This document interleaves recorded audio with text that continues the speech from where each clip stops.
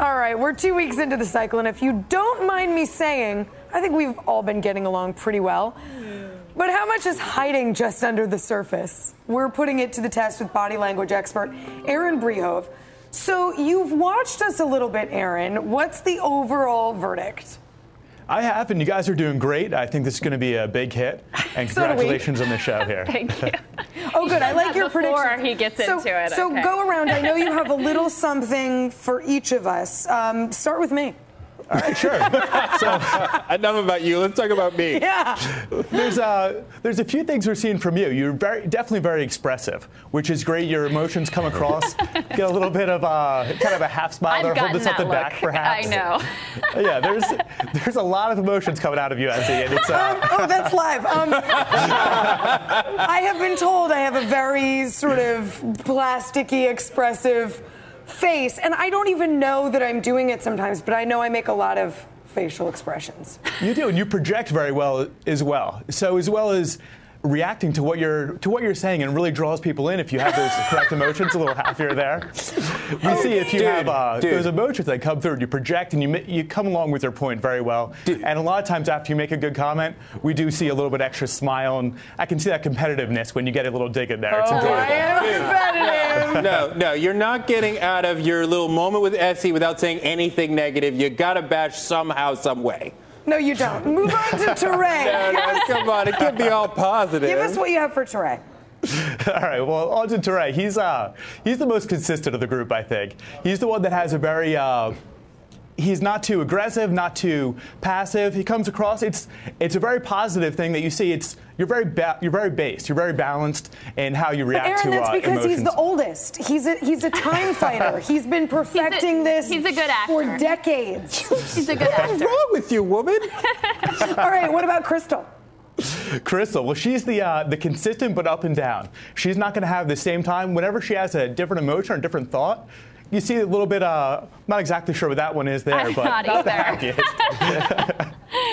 But when you're aggressive about something, you do display it in your body language, just as SE does, but it's much more consistent along a thought. Interesting. And what about our good friend Steve over here?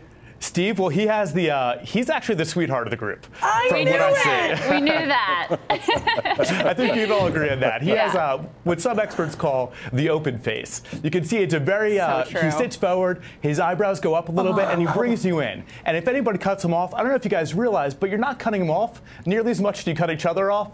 Simply because he's such a nice guy with his open face, with happy, his eyebrows are Aaron, up, it's like leaning you into know us. I don't have to say anything here. He is precious. All right, I know you have analyzed the promo shot we took, which is interesting because we kind of had just met when we took this. I mean, we didn't really know each other that well. Certainly not as a group. What do you make of this body language that you're seeing here?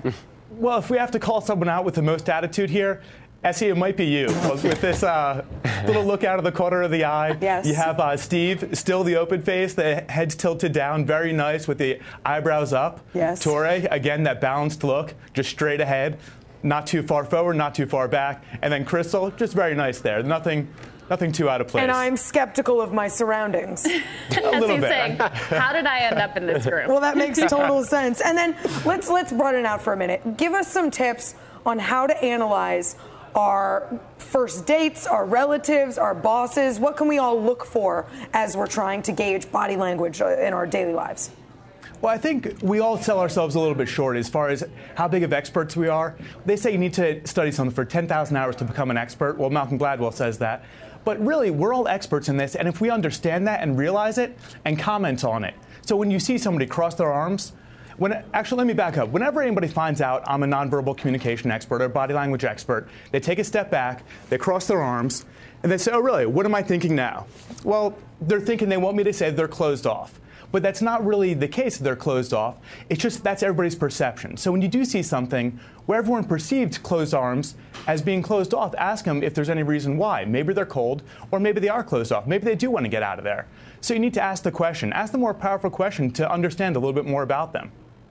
Great. And then what about, if I'm at a dinner party and someone's standing across the room and avoiding eye contact, for example, what would I make of that? They hate me, right? Yes? Yeah. Well, in certain instances, that might be true. But it's, I think it's just about asking the proper question, understanding why they may be that way.